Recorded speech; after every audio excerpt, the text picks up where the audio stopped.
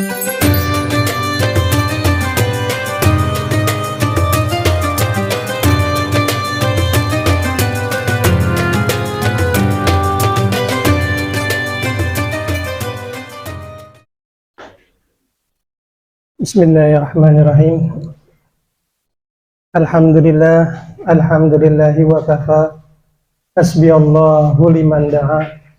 Wassalatu wassalamu ala man tabi'il huda wa ala alihi wa ashabihi ahli sidqi wal wafa. Asyhadu an la ilaha illallah wa asyhadu anna Muhammadan abduhu wa rasuluh. La nabiyya ba'dah. Wala hawla wala quwwata illa billah. Tahayyikum bitahiyatil Islam. Assalamualaikum warahmatullahi wabarakatuh. Waalaikumsalam.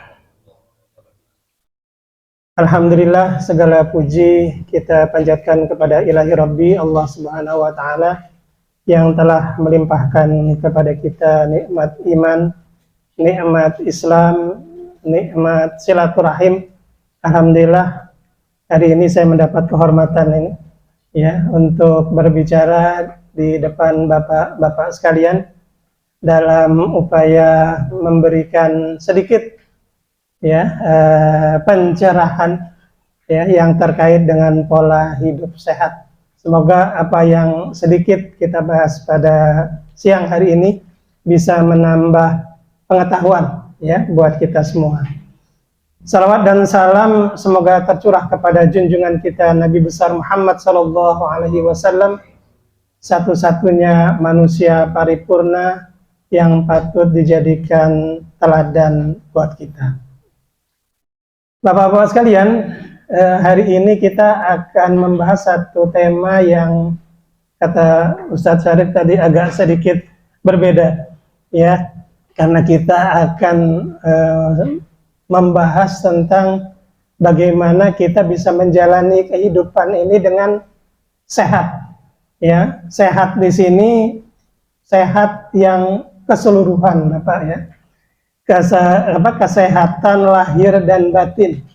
Kesehatan itu bukan hanya fisik kita saja. Kesehatan itu juga menyangkut akal kita. Sehat itu juga menyangkut jiwa kita. Jadi kalau kita bicara sehat dalam pandangan Islam, bukan hanya badannya yang sehat, ya, bukan hanya akalnya yang sehat, tapi jiwanya juga harus sehat. Ya, tiga aspek inilah yang mungkin akan kita bahas ya sedikit, ya, karena waktu kita juga terbatas ya, insya Allah. Jadi kita akan membahas poin-poin tadi ya secara simpel dan secara global saja ya Bapak Ibu sekalian. Bapak-bapak sekalian, nggak ada ibu-ibu ya. Mohon maaf. Baik, kita mulai dari landasan berpikirnya ya. Allah Subhanahu wa taala berfirman di dalam surat Ali Imran ayat 190 191. Mungkin Bapak sudah hafal ini ya. A'udzubillahi minasyaitonirrajim. Inna fi khalqis samawati wal ard wa ikhtilafil laili wan nahar la ayatil liulil albab allazina yazkuruna Allaha qiyaman wa qu'udan wa 'ala junubihim wa yatafakkaruna fi khalqis samawati wal ard rabbana ma khalaqta hadza batila subhanaka faqina azabannar. Dalam surat Al-Imran ayat 190-191 ini Allah berfirman, sesungguhnya dalam penciptaan langit dan bumi serta pergantian malam dan siang terdapat tanda-tanda kebesaran Allah bagi orang-orang yang berakal, orang-orang yang mau berpikir ya, yaitu orang-orang yang selalu mengingat Allah ya, yazkurunallah qiyaman ya, dalam kondisi berdiri ya, duduk ataupun dalam keadaan berbaring. Artinya orang yang betul-betul beriman, dia selalu zikir kepada Allah dalam setiap kondisi. Dalam saat bekerja dia berzikir, saat dia di kendaraan dia berzikir. Ya, pada saat apapun aktivitas yang dia lakukan, dia selalu mengingat Allah Subhanahu wa taala. Ya, dan memikirkan tentang penciptaan langit dan bumi. Ya, kemudian mereka seraya berkata, Rabbana ma khalaqta hadza batila subhanaka faqina azabannar. Ya Allah, ya tidaklah Engkau menciptakan semua ini sia-sia. Ya, Maha Suci Engkau, lindungilah kami dari azab neraka. Bapak-bapak sekalian, ayat ini sebetulnya memiliki makna yang tersurat dan makna yang tersirat. Ya, makna yang tersurat mungkin terlihat di situ Allah menggambarkan pergantian malam dan siang, pergantian gelap dan terang, begitu ya. Itu yang tersurat. Tapi yang tersirat sebetulnya, Bapak Ibu, Allah ingin mengajarkan kepada kita bahwa kalau kita ingin hidup kita diridhoi oleh Allah Subhanahu wa taala, menjemput ridho Allah Subhanahu wa taala, kita harus menjadikan pelajaran tadi, pergantian malam dan siang tadi untuk berpikir. Berpikir tentang apa? Berpikir tentang siklus alam semesta. Ya, ada gelap, ada terang, ada siang, ada malam, selalu berpasangan. Ada laki-laki, ada perempuan. Ya. Kalau di dunia ini laki-laki semua, gimana Pak? Cuma satu generasi ya. Kenapa? Karena nggak ada anaknya nanti ya. Perempuan semua gimana? Nggak bisa juga. Ya, harus balance, harus seimbang. Ada laki-laki, ada perempuan. Ya, begitu juga tubuh kita sebetulnya Bapak Ibu sekalian. Kalau kita mau sehat, kita harus menyeimbangkan pola kehidupan kita. Ya, pola kehidupan kita harus seimbang. Ya, nah, seimbangnya seperti apa? Nah, itu yang akan mungkin kita bahas pada hari ini ya, insyaallah. Ada 3 komponen utama, ya setidaknya kalau kita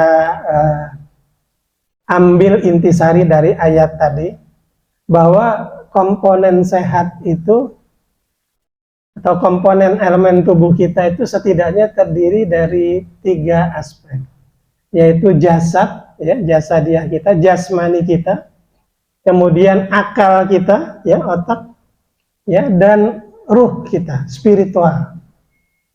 Nah, 3 komponen utama ini kita harus jaga.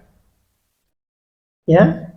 Jadi di dalam Islam, Bapak-bapak sekalian, menjaga kesehatan itu bukan hanya menjaga makanan dan minuman saja. Tapi juga harus menjaga akal kita. Ya. Juga harus menjaga ruhani kita. Ya. Nah, kenapa kata Ustadz Syarif tadi saya belajar sampai kemana-mana begitu ya? Saya berapa lama ada di Beijing, Bapak sekalian ya? Di sana itu suhu udaranya kalau pas musim dingin bisa sampai minus 15 derajat Celcius. Saya pakai baju itu sampai 5 lapis mungkin ya. Tapi kalau sudah panas, panasnya itu bisa 50 derajat lebih. Ya, jauh lebih panas dari Jakarta. Nah, untuk menjadikan daya tahan tubuh kita cukup kuat ya pada iklim yang seperti itu, kita harus punya kekuatan daya tahan tubuh jasmani yang kuat. Ya, banyak teman-teman saya yang sampai bibirnya nih pecah. Ya, ada yang sampai mimisan kadang-kadang ya nggak kuat. Ya, tapi kalau kita yang punya persiapan fisik yang matang, alhamdulillah sih enggak. Ya, saya aman-aman saja. Ya, kenapa? Karena kita bisa menyesuaikan. Ya, kira-kira Bapak-bapak, kalau kita di Jakarta sedang panas-panasnya, ya, siang panas, bukan bulan Ramadan ya. Yang enak kita minum apa? Panas-panas ya, siang-siang di Jakarta. Enaknya kalau siang minum apa? Minum es buah. Nah, minum es kelapa, ya. Minuman yang dingin. Kenapa? Karena suhu udaranya panas. Ya. Nah, kalau pas malam hari musim hujan dingin, di ruangan AC lagi ya, kira-kira apa yang paling enak kita konsumsi? Minuman hangat. Di situ sebetulnya Allah mengajarkan kepada kita fitrah manusia. Ya, fitrah manusia. Ya, ketika dia panas, dia memerlukan yang ketika dia kedinginan, dia memerlukan yang hangat. Ya, itu adalah sebuah pola keseimbangan. Ya, jangan ada juga bapak-bapak sekarang udah dingin malam-malam minum es. Ada nggak yang kayak gitu? Ada, banyak. Ya, itu sehat nggak kira-kira? Nggak sehat. Ya, nggak sehat. Jadi banyak bapak-bapak sekalian, kalau kita melihat dari aktivitas yang ada di masyarakat di sekitar kita saat ini, banyak kebiasaan-kebiasaan pola hidup yang sebetulnya kurang sehat. Walaupun itu halal ya, halal aja minum es malam-malam kan, cuma itu tidak sehat. Apalagi kalau kita tinjau nanti dari aspek gizi, aspek kesehatan. Ya. Misalnya apa? Misalnya orang Indonesia itu kebiasaan, ya, nggak tahu deh kalau di Jakarta nih.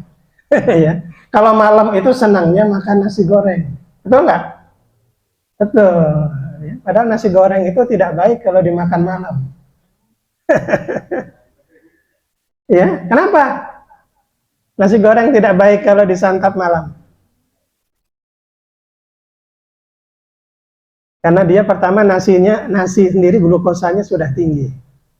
Ditambah biasanya nasi goreng itu pakai kecap manis, ya. Kemudian tambah lagi ada minyak goreng. Ditambah lagi pakai telur di dadar masuk ke situ. Itu full. Akan meningkatkan beban pencernaan kita. Apakah nasi goreng haram? Enggak, nasi goreng sih sah-sah aja, boleh-boleh aja. Cuma sebaiknya kalau memakan nasi goreng jangan malam, Pak. Siang.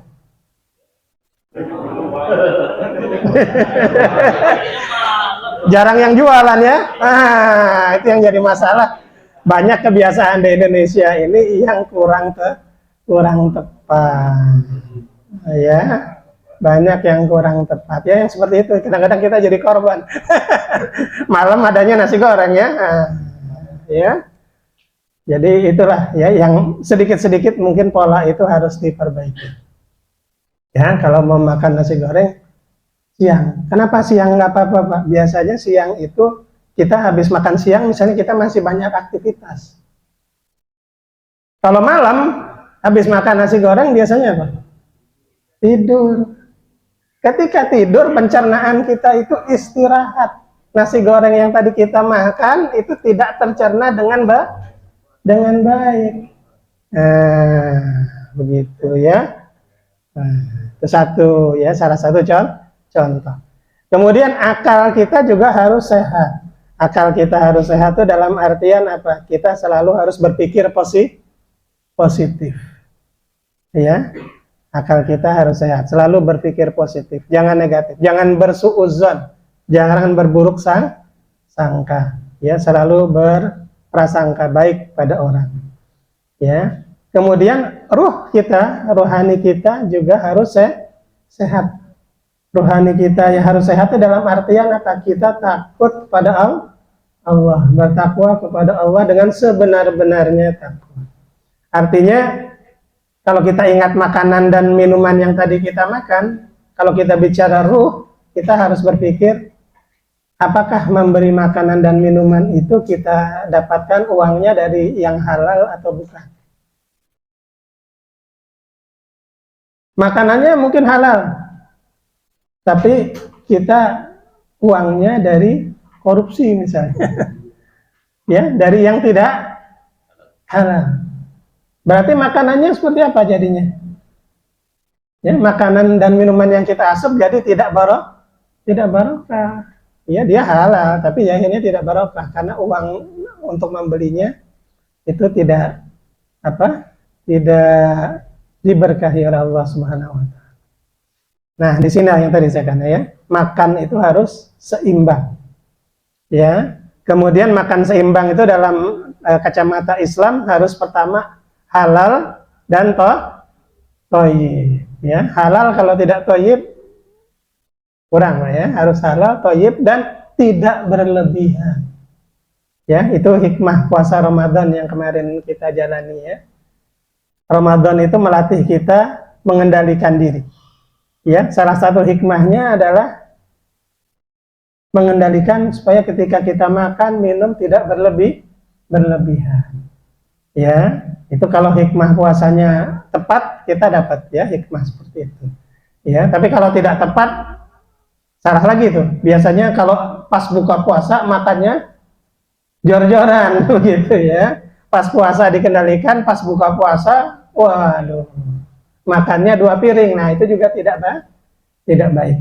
Ya, karena itu termasuk berlebihan. Allah Subhanahu wa taala melarang makan minum yang berlebihan. Ya, karena kecenderungan manusia itu selalu pengen lebih.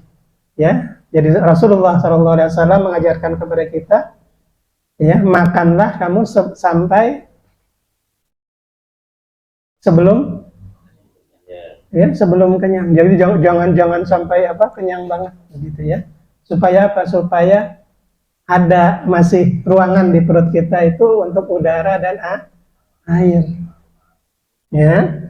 Nah, kemudian ketika mau makan ya, nah itu udah lapar banget baru makan. Begitu ya, berhenti sebelum kenyang. Itu yang diajarkan oleh Rasulullah SAW. Ya, berlebihan di sini juga berarti makan makanan yang haram. Ya, makan yang haram itu termasuk berlebihan. Ya. Kemudian yang tadi saya singgung, haram dari segi zatnya atau haram karena sumber atau cara mendapatkannya. Nah, itu tadi ya. Mungkin makanan itu halal, tapi karena cara mendapatkannya tidak halal, akhirnya jadi haram. Oke, kita lanjutkan Bapak sekalian ya. Untuk kita mendapatkan keseimbangan, ya, sehat dalam arti seimbang, kita harus menyeimbangkan tadi yang pertama panas dan dingin. Tadi contohnya udah saya kasih contoh tuh ya. Selalu panas dan dingin itu kita seimbangkan. Ya. Kenapa? Karena disitulah sebetulnya sumber kesehatan kita. Jadi kalau badan kita greges-greges nggak enak, minum aja wedang jahe gitu ya. Hangat-hangat begitu ya. Nah, jangan nungguin dingin, pas hangat-hangat itu. Jadi hangat, kemudian ada kandungan jahenya membuat kita angin-angin yang ada di dalam itu keluar. Ya, ketika dalam kondisi panas, kita konsumsi minuman dingin boleh ya, kita konsumsi minuman dingin, tapi harus diperhatikan minuman dinginnya yang seperti apa. Ya, jangan juga minuman dingin tapi bersoda misalnya. Jangan. Ya, karena kalau bersoda tuh dia naik lagi ke atas ya. Minuman dingin yang aman, yang nurun ke bawah, misalnya air kelapa begitu ya. Nah, itu kan turun ke bawah tuh. Ya. Nah, dan macam-macam es yang lain ya, boleh es teler, es apa macam-macam ya, tapi yang alirnya ke bawah. Jangan yang bersoda. Ya, bersoda itu kelihatannya dingin tapi sebetulnya dia jurusannya naik ke atas nanti ya, kurang baik. Jadi jangan sering-sering minum minuman yang bersoda. Kemudian yang kedua, keseimbangan luar dan dalam. Ya, luar dan dalam ini artinya fisik kita di luar, ya, yang kulit kita. Kemudian dalam ini adalah organ kita. Ya, ini harus seimbang, Bapak-bapak sekalian ya. Kenapa? Karena kita bukan hanya menjaga penampilan kita. Biasanya kalau ibu-ibu sih penampilan ya. Kalau bapak-bapak sih saya yakin nggak terlalu ini ya penampilan ya, kecuali bapak-bapak yang sering ini ya berhubungan dengan ya keluar mungkin ya. Nah, itu pasti penampilannya harus oke. Tapi kita harus sehat dari sisi luar kita, ya, penampilan kita maupun dari sisi dalam kita, ya, organ-organ kita, paru-paru kita, jantung kita, ya, lambung kita harus terjaga. Ya, bagaimana caranya? Nah, nanti kita bahas, ya. Kemudian kita juga harus seimbang secara emosi. Emosi itu bisa apa? Bisa amarah, ya, bisa emosi apa lagi? Sedih, ya. Kemudian ada emosi takut, ya. Ada emosi apa lagi? Khawatir, selalu bergembira dan sebagainya, ya. Itu wajar dalam tubuh manusia, ya, tapi ada tapinya. Jangan berlebihan. Ya, emosi itu harus terkendali. Ya, kita boleh takut, ya. Kita boleh bergembira, kita boleh khawatir, tapi ada takarannya. Jangan terlalu berlebihan. Contohnya apa, Bapak sekalian, ya? Ada satu contoh, ya, ini kebetulan saya tinggal di Banjarmasin. Ada pasien saya di Banjarmasin, dia seorang pejabat kebetulan, ya, pejabat di pemerintahan kota Banjarmasin. Dia pejabat dalam tanda kutip yang pengen hidupnya itu bersih. Ya, karena pengen hidupnya bersih dalam tanda kutip, beliau tidak mau terima angpau-angpau dari para pengusaha, ya.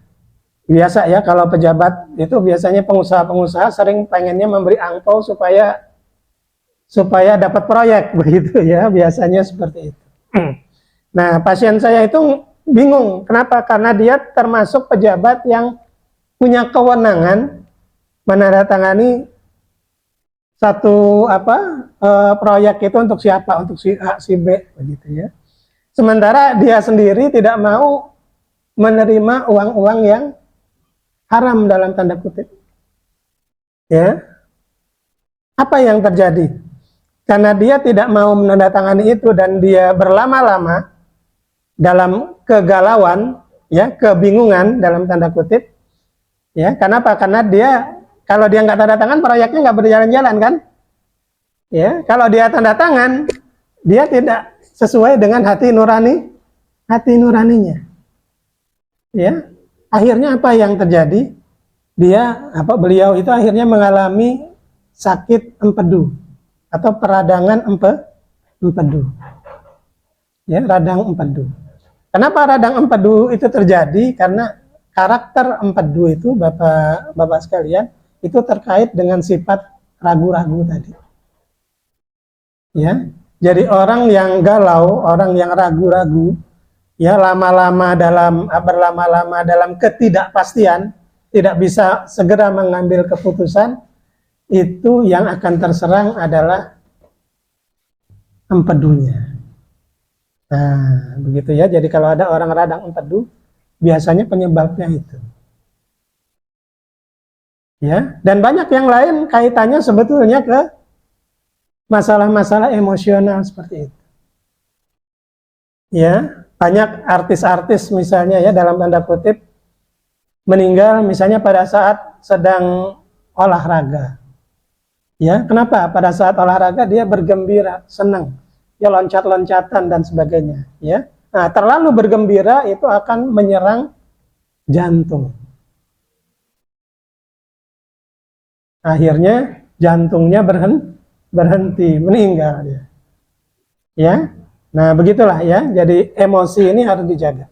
Ya, makanya Rasulullah itu dikenal oleh para sahabat, dia sering tertawa, tapi dia nggak pernah tertawa itu sampai terbahak-bahak. Ya, Rasulullah, para sahabat hanya melihat Rasulullah itu tersenyum.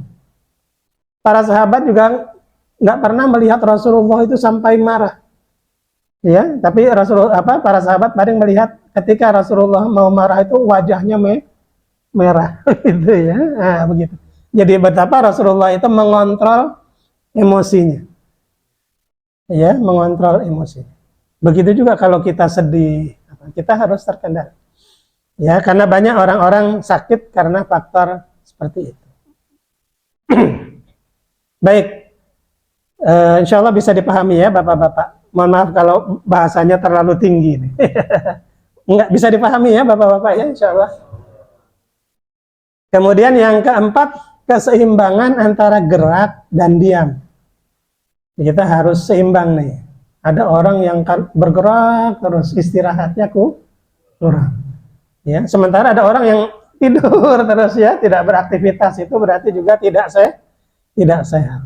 Ya, istirahat yang cukup ini bukan berarti harus sama-sama 8 jam gitu, enggak ya. Istirahat yang cukup itu dalam arti kualitas tidur. Ya, mungkin tidurnya cuma 4 jam, 5 jam, tapi kualitasnya tinggi. Ya, betul-betul istirahat. Kemudian keseimbangan fungsi organ. Nah, ini nanti akan kita bahas. Kemudian keseimbangan rasa. Nah, ini yang menarik Bapak-bapak sekalian ya. Jadi organ-organ di dalam tubuh kita itu menyukai rasa-rasa tertentu. Nah, kalau organ kita mau sehat, rasa-rasa ini harus seimbang. Ini mohon maaf ada satu yang perlu dikoreksi ini ya. Pedasnya 2 kali ini ya. Mestinya yang satu pahit. Ya. Manis, pedas, asin, asam dan pahit. Ya. Mohon maaf nih, nanti diperbaiki.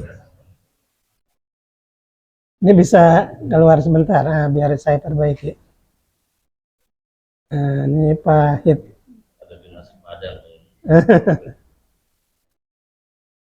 Nah, ketiga rasa ini Bapak-bapak sekalian. Ketiga rasa, kelima rasa ini punya hubungan dengan setiap organ. Rasa manis itu disukai lambung, limpa ya.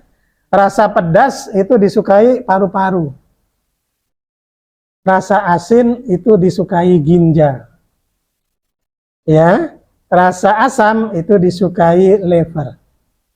Rasa pahit itu disukai jantung.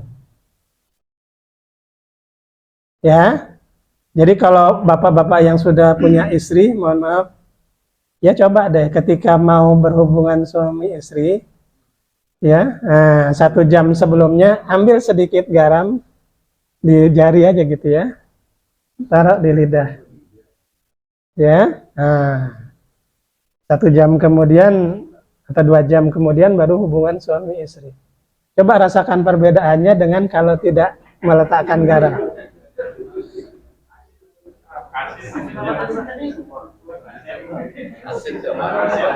Asin kan? Asin itu akan membuat ginjal lebih kuat.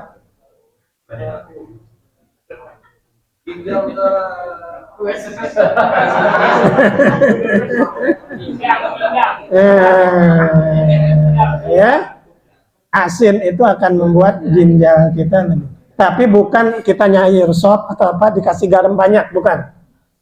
Ya, jadi garamnya harus langsung di lidah ya. Nah, itu boleh dicoba tuh ya. Yang ntar malam Jumat nih Sunnah Rasul ya. Yang langsung tinggal. Ya, boleh dicoba. Ya.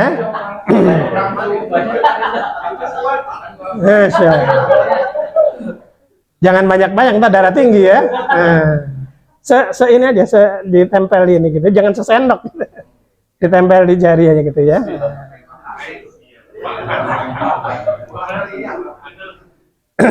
Ya. Oke.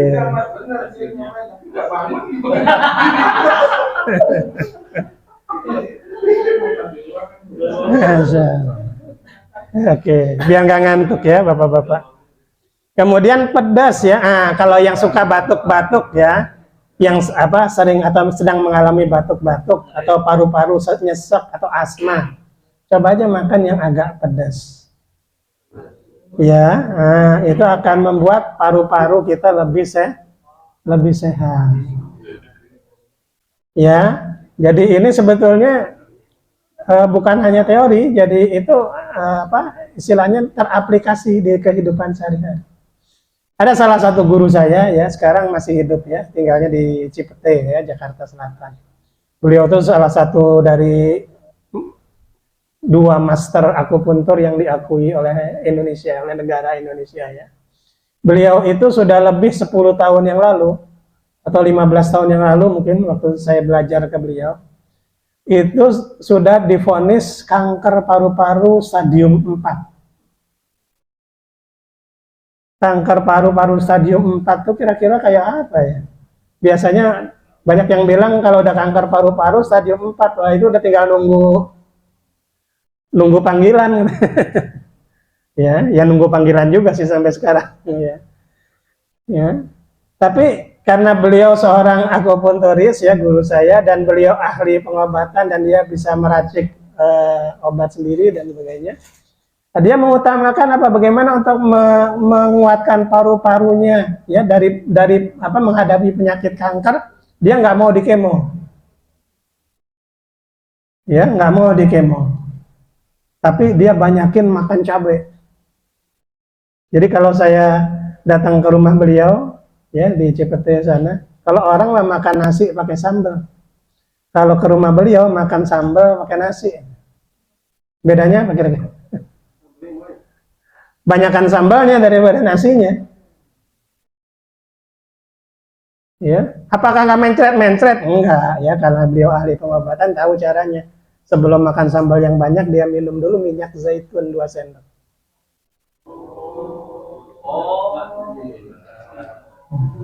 Kenapa? Ketika habis makan sambal, perutnya aman-aman aja, nggak jadi mencret-mencret, paru-parunya jadi kuat. Jadi sampai sekarang, jadi udah 15 tahun yang lalu divonis kanker paru-paru, ya stadium 4 lagi. Sampai sekarang beliau masih eksis dan masih terima pasien. Ya, dan dia mengspesialisasikan pasien-pasien kanker. Ya, jadi dia sering bilang, Pak Tri, kalau ada pasien kanker Jakarta, oper ke Cipete. Beliau ya, cuma kalau beliau maunya semua data-data medik sudah lengkap. Jadi datang ke rumah beliau, beliau tinggal eksekusi dalam tanda kutip ya. Jadi ada hasil apa, USG-nya, hasil MRI-nya dan sebagainya. Oke ya. Lanjut ya. Masih berapa menit Pak? Udah mau habis. Masih ya. Oke. Kemudian nah ini lambang aja ya, keseimbangan tubuh. Jadi orang itu baru dikatakan sakit ya atau tidak sehat dalam tanda kutip dalam pengobatan Cina itu adalah ketika terjadi disbalance atau ketidakseimbangan. Ya, jadi kalau tidak seimbang itu berarti tidak sehat. Ya, jadi harus seimbang. Ya. Oke, nah ini yang menarik. Kita udah keseimbangan tubuh ya dalam ilmu pengobatan. Nah, ini udah terkait dengan keluhan-keluhan sehari-hari. Jadi kalau terkait dengan keseimbangan tadi, bukan cuma makan, bukan cuma minum, bukan cuma apa aktivitas sehari-hari yang harus kita jaga, juga ternyata tubuh kita ini punya pola keseimbangan. Nah, ini pola keseimbangannya kalau menurut pengobatan Cina menarik nih Bapak-bapak sekalian. Jadi bahwa tangan kita itu terhubung dengan kaki. Ya, ujung-ujung apa lengan ini terkait dengan apa pergelangan kaki. Siku kita ini terkait dengan lutut. Kemudian ini ya pangkal apa bahu kita ya, nah, pangkal lengan kita ini terkait dengan pinggul. Nah, ini bapak-bapak nih sekarang yang hadir pada hari ini. Ada yang sedang yang lagi sakit dengkulnya enggak? Ya, kalau ada yang lagi sakit dengkulnya itu coba nanti yang dipijat sikunya. Kayak yang lagi sakit ininya misalnya pergelangan tangannya, yang dipijat pergelangan kakinya. Itu insya Allah bermanfaat. Ya, apalagi kalian nanti pakai jarum tuh, ya. Saya udah siapin jarum tuh kalau yang mau nyoba. Ya, nah, Jadi ini adalah satu fitrah ya yang Allah berikan kepada kita. Ternyata di dalam tubuh kita pun ada yang namanya pola keseimbangan.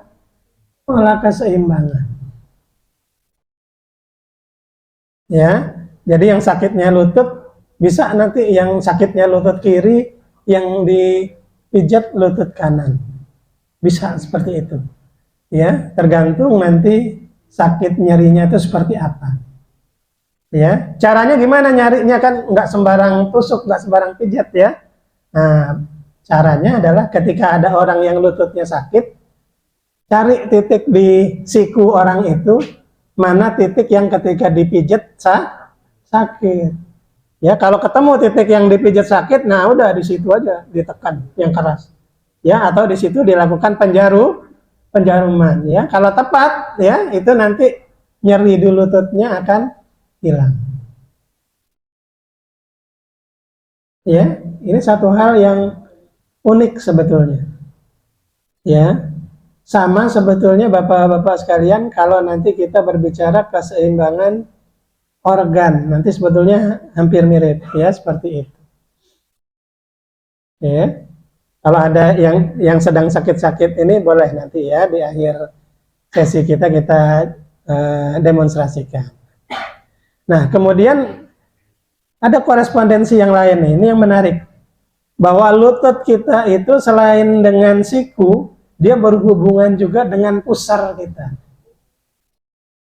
Nah, ini percaya atau tidak, Bapak-bapak sekalian, kalau ada yang lututnya sedang sakit, coba bagian pusarnya itu dipanasin. Dipanasinnya apa? Kalau di pengobatan Cina ada yang namanya moksa. Ya, atau kalau bapak-bapak punya lampu inframerah tuh yang panas, nah disorotin di pusernya. Nanti begitu pusernya hangat, ya selama berapa menit, itu nanti nyeri di lututnya akan hilang. Ya, puser nggak boleh dijarum, Pak. Nggak boleh dijarum, nggak boleh dipijat juga, nggak boleh puser ya. Karena di sini kan nggak ada tulangnya. Ya, nggak boleh dijarum, nggak boleh bolehnya dipanaskan. Ya, dipanaskan di pusar kita itu nanti nyeri di lutut kita akan hilang. Ya, bahkan kalau yang dipanasin itu di bawah pusar sedikit, nah itu untuk masalah vitalitas pria. Ya, jadi empat jari di bawah pusar itu dipanasin, itu untuk meningkatkan vitalitas pria.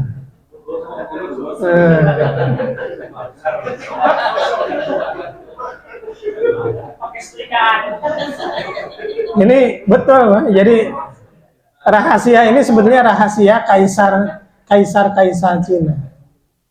Jadi kalau Bapak ke istana dinasti Ming ya di Cina sana, itu kalau saya masuk, saya pernah ke istana dinasti Ming itu ya. Begitu masuk pintu gerbang, sebelah kanan itu ada rumah raja dan permaisurinya. Rumah raja dan permaisurinya satu unit cukup besar rumahnya itu ya, istana raja dan permaisuri. Itu belok kanan. Kalau belok kiri itu ada gedung yang besar banget, panjangnya mungkin ada 200 meter. Itu khusus rumah selir. Kenapa? Karena selirnya raja-raja atau kaisar-kaisar Cina itu selirnya bisa 100 lebih. Selirnya itu bisa 100 lebih. Permaisurinya cuma satu, selirnya bisa 100 lebih. Jadi gedungnya itu sampai panjang kayak asrama. Ya, untuk permaisurinya ya rumah mewah lah satu, ya. Nah, tapi ada rahasianya di sini yang mau saya buka. Ternyata setiap raja di sana mau dimakamkan, ya, di sana bukan dikubur, bukan dibakar, dimakamkan. Yang dibakar tuh di Indonesia, lihat nih orang-orangnya. Di sana dimakamkan. Sebelum dimakamkan, bapak-bapak sekalian, ketika dia mau istilahnya perawatan jenazah lah kalau mungkin kita, itu rata-rata kaisar-kaisar Cina itu di bawah pusernya gosong. Itu tadi kaitannya dengan tadi, ya.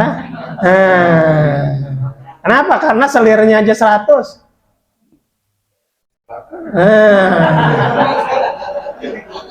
Betul, kebanyakan dibakar. Ya. Kalau yang selirnya belum 100 jangan dicoba.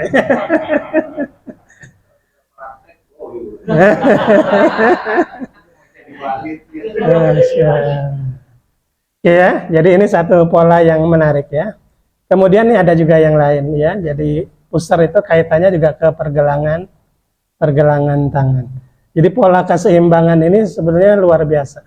Ya, ini sebetulnya hanya sedikit ya, mungkin secuil dari rahasia ilmu-ilmu Allah yang mungkin diteliti lebih awal oleh orang-orang di Cina sana. Jadi ini saya ambil sebenarnya dari buku yang namanya Huang Ti Neijing, Bapak-bapak sekalian ya. Buku Huang Ti Neijing itu menarik, kenapa? Karena dia ditulis itu 350 tahun sebelum Masehi. Jadi sebelum zaman Nabi Isa, buku ini sudah ada. Ya. Jadi masih ada sekarang, alhamdulillah. Tebalnya segini nih. Saya ada di rumah. Jadi ini adalah sebagian kecil. Ada satu hal yang menarik Bapak-bapak sekalian dalam buku Huang Ti Neijing itu. Buku Huang Ti Neijing itu terdiri dari 2 bab besar. Ini di luar tema sedikit ya, tapi masih ada kaitannya. Bab yang pertama itu namanya bab Lingsu. Bab yang kedua namanya bab Suwen. Nah, ada yang menarik Bapak-bapak sekalian.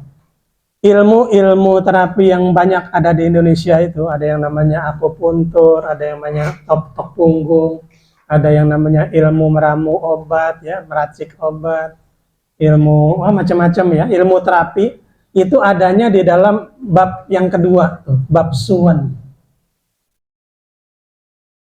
Ya. Sedangkan bab Lingsu itu jarang dibahas di Indonesia. Ya. Kenapa jarang dibahas? Padahal ini sebetulnya bab satunya, yang pertama itu sebenarnya urutannya kan mestinya itu dulu yang dibahas. Ya, tapi di Indonesia jarang peminatnya. Kenapa? Karena ini nggak ada duitnya dalam tanda kutip.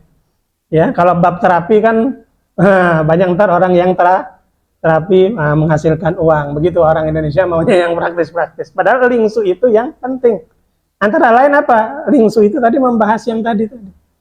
Ya, ilmu rasa tadi ya, emosi ya, itu dibahasnya di bab yang pertama, bab Lingsu. Ya, kenapa seseorang bisa sakit? Ya, jadi ada satu pasien saya di daerah Cibinong. Itu tadinya ya, sebelumnya dia orang yang ekonominya udah mapan. Dia punya lembaga kursus bahasa Inggris, punya beberapa cabang di Jakarta, sudah cukup mapan ekonominya. Tapi suatu saat ya terkena gangguan setan, dia berselingkuh kasaran, ya berselingkuh, ya celakanya dia berselingkuh dengan saudara iparnya, ipar-iparan dalam tanda kutip. Jadi dia punya istri, istrinya punya adik laki-laki. Nah, istri dari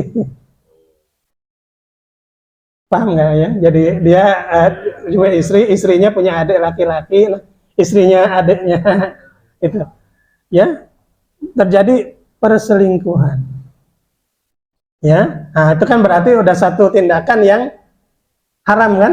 Satu hal yang harus dijauhi. Apa yang terjadi? Allah kasih matanya buta. Ya, matanya buta. Padahal sebelumnya dia